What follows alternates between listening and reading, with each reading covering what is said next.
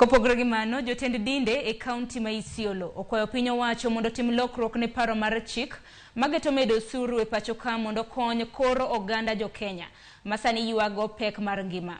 Negi wuoyo chieng' Jumapili nyasi mar yawo kanisa mar Mwangaza Full Gospel Church mantiere kaonti ma Isiolo mabende nonywando jotend dinde manowuok e counties moriwo Tharaka Nithi, Meru, Isiolo kod Marsabit. Bishop David Kaibunga owacho ni piny owacho ni kod ratiro mar choko osuru mar chwalo dongruok e pachoka, to kata kamano nitiere dwaro mar deo oganda jo Kenya mapek mar ngima omero mondo mi kik ket kwan mar osuru manyalo hinyo medo oganda ma pachoka indi.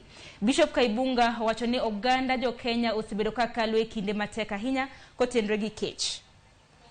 Ruto ambaye kura nyingi ziliompandisha mahali alipo ni sawa Kristo. Simwambii ya kwamba lazima aserende, ila namuomba amendi kidogo.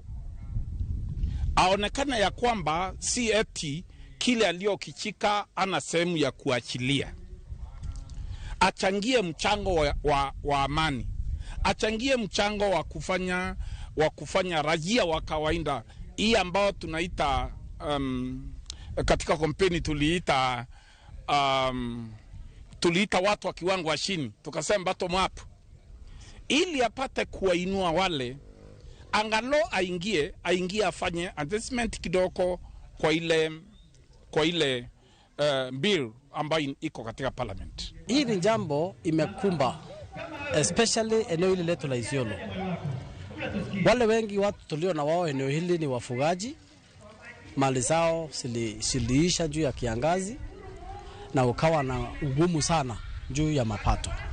So tunaomba, ingawa mvua imenyesha kidogo, haijaweza kusaidia hata ile mifugo iliaga, bado haijapata nafuu iweze kusaana tena. So tunaomba bado serikali iangalie eneo hili, na tutashukuru sana watu wasife na njaa as long serikali iko na inawaongoza.